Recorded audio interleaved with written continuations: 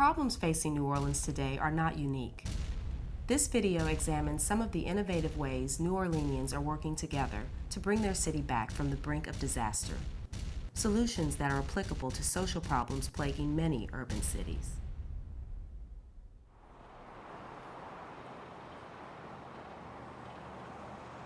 Prior to Hurricane Katrina, the city of New Orleans was grappling with a depressed economy, a corrupt political environment, a broken education system, and the highest murder rate in the country.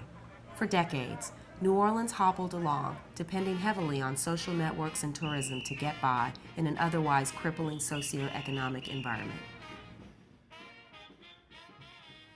In the aftermath of the levee failures, Americans were riveted in front of their TVs, watching thousands of people, many of them poor and black, waiting for help at the convention center for days on end. In the dark, with no lights, we didn't have no protection at all. We wreaked havoc throughout the entire area. So we've been talking about how do you come back like this? How do you? But for New Orleanians, they were looking at their neighbors in peril. It wasn't about black and white or rich or poor anymore, because everyone's city drowned. 5 years later, New Orleans residents are looking at their city through a different lens, working together across race and class lines to find solutions that benefit the whole. The receding floodwaters laid bare the years of neglect and the fragile infrastructure of an abused civic body.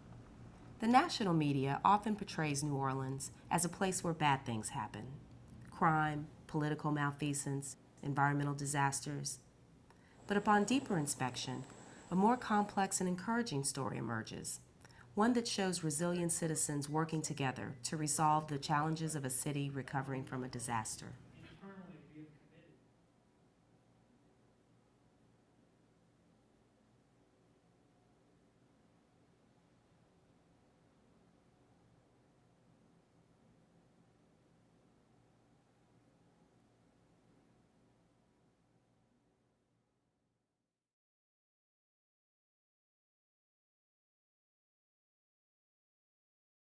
Before Katrina, I never thought I'd see Central Americans walking in Central City.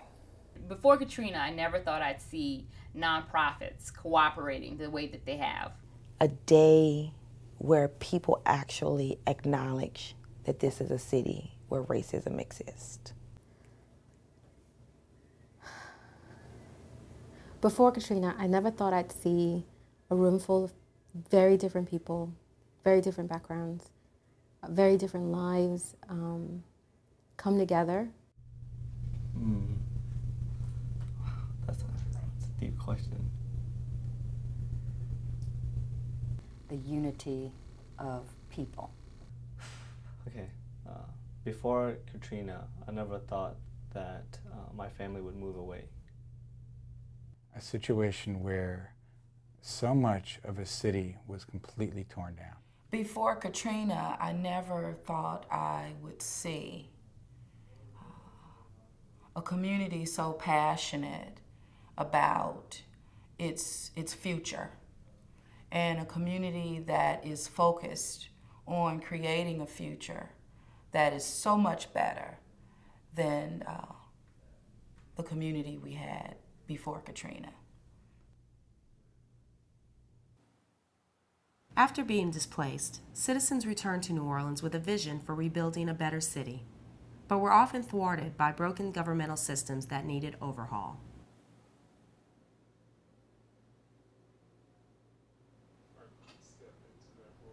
Well, it's a network. It's a membership network. And the whole role that we've always played is to ensure that the community is educated on the project. So you can say that you're here to... NPN means Neighborhoods Partnership Network. Our vision for the city of New Orleans is that every neighborhood is a great place to live. Whereas most urban cities have an office of neighborhoods, that's what we've become unofficially.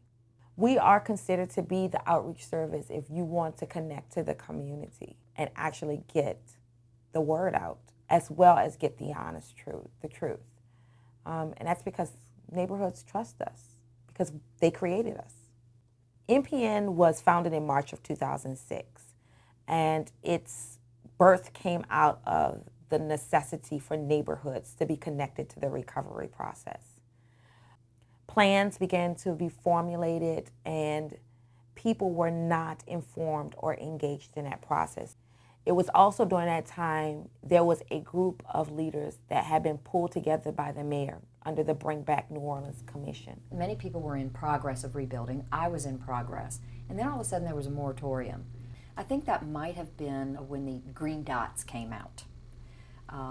It appeared in the newspaper. The green dot was it was a recommendation that several neighborhoods not return, and Broadmoor was one of them. So we were told that our houses could be mowed down and we would be turned into somewhat of a drainage park. I began to get all kinds of emails from residents and phone calls about how we were going to stand up against this green dot.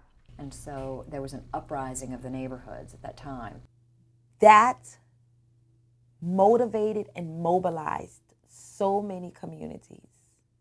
But we were acting in isolation. And so what needed to happen is, how do we talk about a city movement? The storm, it impacted neighborhoods all over the city. The fact that the damage and the suffering extended across all kinds of lines, it began the process of more people realizing we are all in this boat together and we've got to row it in the same direction.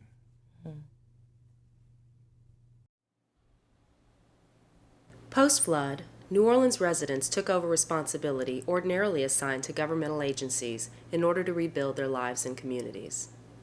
Civic leadership began to emerge from neighborhoods like Lakeview Beacon of Hope and Broadmoor Improvement Association, both members of NPN. The Beacon of Hope started in my neighborhood as an effort to get my neighbors back. Lakeview is an area that was perceived to be affluent, and so we didn't get a whole lot of help. Basically, the water did not discriminate against anyone. All of our houses were 100% flooded. I just kind of felt like people were paralyzed by what had happened, and I also knew that government was nothing more than people sitting behind a desk, and many of them were evacuated. And so we would need people to step up. I didn't worry about what the government told me I could not do.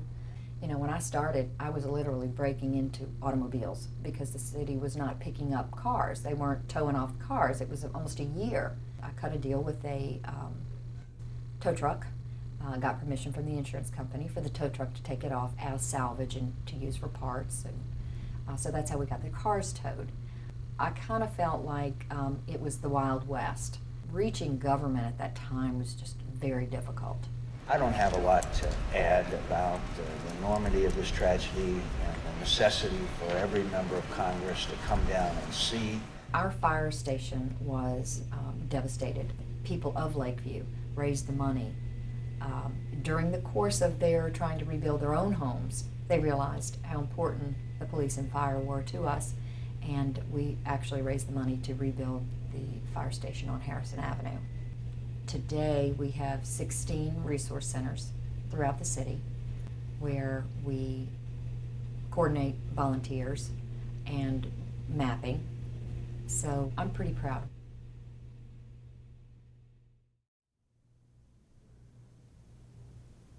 Finding a way to make the structure stable and sustainable in the long term is anything but, to the benefit of all of them. Well, the Broadmoor Improvement Association has been the primary vehicle for recovery efforts for the Broadmoor neighborhood.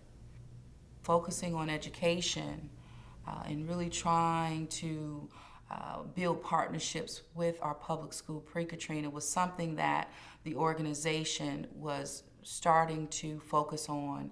And so when we think about making and changing and making things better for people in their everyday lives,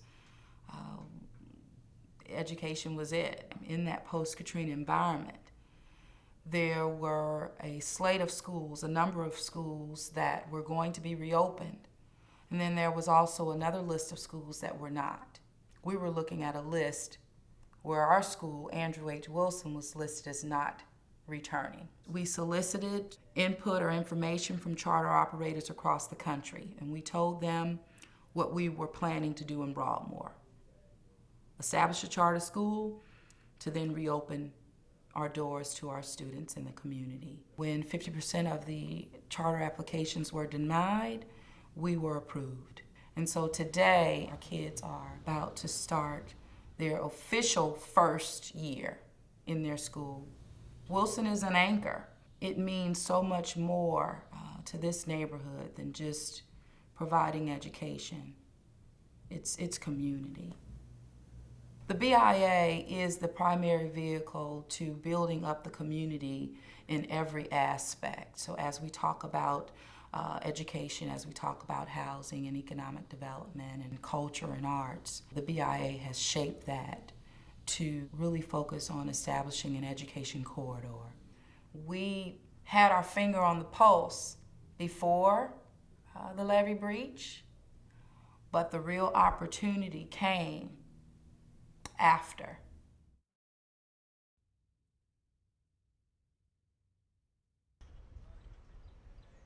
I hate to say good things come out of Katrina or opportunities arose after Katrina, but one positive change we saw after the storm.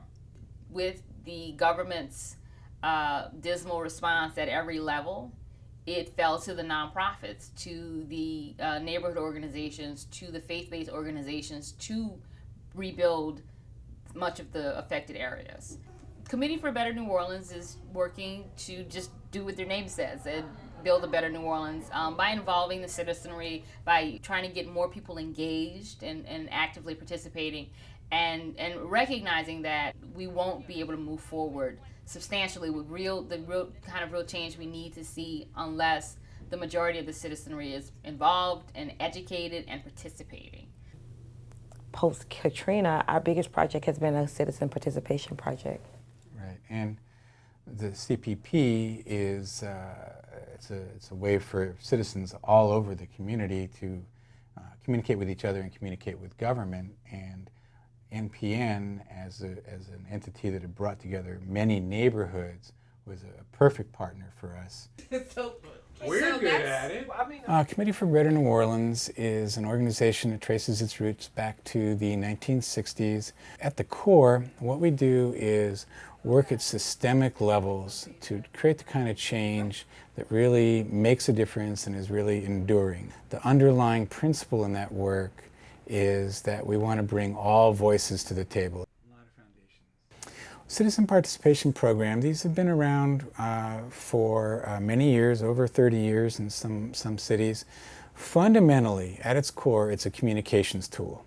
And the main focus of that is communication between citizens and government. The idea is that government, at the beginning of its decision-making processes, will let the citizens know what's being contemplated. It is the citizens that did this. CBNO was the engine that pushed this. CBNO was the engine that secured the funding to make this happen. But it was the voices of our citizens that put this model together. What is the strategy to actually get the process off the paper and into action? Two of the oldest, best programs, citizen participation programs in the country, Portland, Oregon, and Minneapolis, in the last 2 years have conducted and released long-term studies of their programs. And in both cases, their number one conclusion was that the exclusively neighborhood-based approach was leaving out too many citizens. The people here recognized very quickly, intuitively, that we have a lot of folks in New Orleans who do participate in community, but do not participate at the neighborhood level. They may do it through church, they may do it through a business group, they may do it through an issue they care about. So the citizens recognize that shortcoming of the traditional model and have designed what we call communities of interest to be a corollary part of the citizen participation program. So we've actually proposed what we're calling communities of interest, which refers to groups that have a shared interest, such as business, religious groups, ethnic groups, or issue-defined groups like organizations or individuals who care very much about housing issues or criminal justice issues. We have changed the way and process by which people are engaged. So your rights are, yes, you have a right to vote. You have a right to be a part of a process. You have a right to know what the budgets are in your government and how they're spending your tax dollars. But you also have a responsibility. Last year, there was a proposal to put a chicken processing plant along the river at one end of the French Quarter at the base of two major streets. But what people eventually found out was a chicken processing plant uses large quantities of ammonia, which is a very volatile, toxic chemical. So unfortunately, this information did not get out to the neighborhoods until well after plans were underway. If we had a CPP in place, the information about the whole project would have gotten to the neighborhoods sooner. So the information would have been out in the community in depth at a much more timely basis. The developer would have benefited because the developer ended up moving anyway and could have done so 6 months earlier and not wasted time and money that were lost during that period.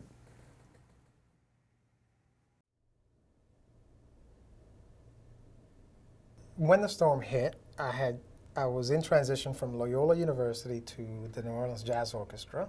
The town was a ghost town at that time, and over the several months after that, into 2006, I began to see more and more Latinos. I remember that we got an office from Tulane University, and we were sitting there, and we had a black housekeeper who was cleaning the office every day as part of the Tulane staff. And one day, it was a Latina who didn't speak English, which totally shocked me because working in this town for the past 20-something years, I never saw that. And I started driving around and checking it out and started noticing that she was part of many, many other folks that were showing up in town in great numbers. So all of that started to get my curiosity about, well, I have these abilities to help with nonprofit organizations. Which ones can I help? I couldn't find any Latino ones that I wanted to help. And so I thought, well, maybe there's a need for one. So we just put a list out? Is that what we do? And say who sign up? And maybe have people sign up and then kind of designate. Direction and learn from that. Puentes means bridges. And Puentes New Orleans was founded as a community development organization, and it still is to this day. And like most community development organizations around the nation, our focus is economic asset building. But with limited resources and little assets, we decided to focus on some programmatic areas around building up the community, looking at social asset building. I received an email inviting me to some kind of orientation for one of the first programs that Puentes launched, which is called Latinola Votes, which is a very easy task of just registering voters. And we do a lot of work in bringing the Latino community and other communities, particularly the African American community in New Orleans, together. I don't ever see a lot of Latinos and African Americans coming together. Growing up here, I didn't see that. So one of the things that I wanted to bring to the institution was this idea of teaching Latinos how to engage and create meaningful working relationships, because a lot of the issues that Latinos face, except for culture and language, are pretty much the same as any other sort of disenfranchised or disadvantaged community facing whether it's educational disparities, economic disparities, whatever it may be. And the same for the African American community. I wanted them to get to know the Latino community. So we started with a colleague of mine, Harold Clark. We started something called the Black-Brown Forum to start to bring together African American and Latino leaders. I mean, maybe we want the panel to be there 40 minutes or so just to kind of present the different challenges, their opinions, just to hopefully generate. And what was really exciting is that none of these people at this table, and me including, and I would assume a lot of the people at this table, had ever been in that situation in the city of New Orleans. They'd never sat across Latino members of the community as an African American, or I had never sat across African American community members and leaders. And actually, that's all we wanted to talk about was interracial relations. Then we talked about, well, what are we going to do? Because these are folks who are used to doing things, and they didn't want to just sit around and have conversation. And today, the Black-Brown Forum is changing to be more inclusive because now we have Vietnamese folks at the table, we have white folks at the table, and we want to sort of make it more multi-ethnic. Puentes and Vela, we started to work together because we saw that we had similar issues in terms of like what the Latino youth were dealing with and what the Vietnamese youth were dealing with, and it sounds like almost exactly alike. Because we did that, they really felt like more of a community, right? And Lucas and I, you know, we're like Facebook friends, so like we're on a different level now too. Because again, I think it's important to learn like where we come from and what we do and why this work is so important. You know, we can be working partners, but we could also be friends. I actually found me a friend who I can genuinely say beyond surface, you know, because that's one of the things that I think as a New Orleanian, we've always been very open about saying, oh, I have white friends, but I genuinely have a friend who I consider to be very genuine to me as a person. Anytime the two of us walk into a room together and we sit down and start articulating the same kind of thoughts, every time that gets replicated around the city, it's a powerful thing and it helps bring the city together. Right, it's a rippling effect. And so I think that that's the beauty that you actually got out of Katrina. But when you actually think about the difference that's happened in the city of New Orleans, it has to do with relationships. Community building. It's community building. And I think that that's something that no one will ever be able to talk about if they don't really take a look at what's the difference. If you are a community leader, then you realized either whether you went through Katrina or whether you came in after Katrina, right? How everyone's community, individual communities, whether you're Latino, whether you're Black, whether you're white, whether you're Arab, or whether you're Asian American, how interconnected your lives are, more so than you ever thought humanly possible. In terms of what's a really big challenge around this work, it's always going to be fear. Working with people's prejudice is very difficult. Whenever I get on the radio, I always get a couple of callers that speak from fear and prejudice. Beyond that, if you can get past the fear, then the second biggest challenge is trying to envision what the change looks like, because that's really hard.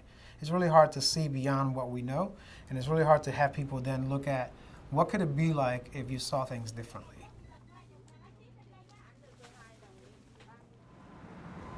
I think other cities can learn so much from New Orleans. We are literally a laboratory of innovation.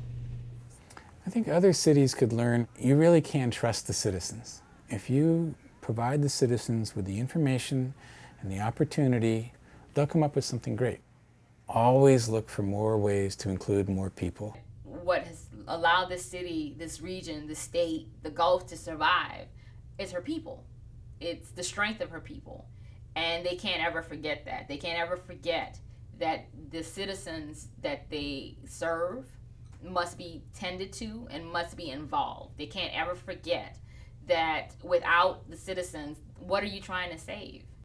We've come to a point now in the 5 years that we've been working since Katrina that we have a lot to celebrate. And so the anniversary is about that. It's about acknowledging what we've been able to accomplish and celebrating that. Other cities can learn that residents and neighbors are first responders. It's better to make a decision with informed participants from the community than not. Make sure that young people are included because it's going to be our future. In many environments, we've created government to be this bureaucracy that is almost in the shape of a Greek god, when in actuality, we are all sitting on Mount Olympus, making decisions for ourselves. What NPN has learned is we don't have the answers. You do. 5 years after Katrina, we're able to build towards a community that works with government and demands accountability from government. I agree. The post-disaster work of these innovative New Orleans residents has laid the foundation for a more open society, one in which an informed, engaged, and empowered civic body has emerged. In a way, I feel like we just started, but it has been 5 years, and we are vibrant. We are back. I see New Orleans being an international city. I also see it as free of fear. And so I want to see New Orleans eventually become that city that no longer has any fears, that has met its potential. We will have a population that is growing leaps and bounds with the energy of immigrants and African Americans coming back in here to be entrepreneurs and succeed. 5 years ago, at one of our first board meetings, when I gathered up a group of friends and said, "Can you be my board?" and we tried to get this thing off the ground, they said, "Well, where are we going to be in 5 years? And I said, 5 years? We're not going to be around in 5 years. And now here we are, 5 years later, so strong, and looking at the next 5 years. 10 years from now, the city will be 300 years old. And so as one of America's oldest cities, we are also one of America's oldest neighborhood cities. And so when you think about having a process in place that has changed, I mean, New Orleans is the cutting edge of everything. Our citizen participation project is one of the first to actually include a holistic fabric of neighborhoods. We are talking about revolutionizing the way we look at education. We are at the forefront of changing and revolutionizing the way America looks at its urban cities. And so I see us in that 10-year time span, or even that 5-year, reaching a peak that leads cities more so than follows.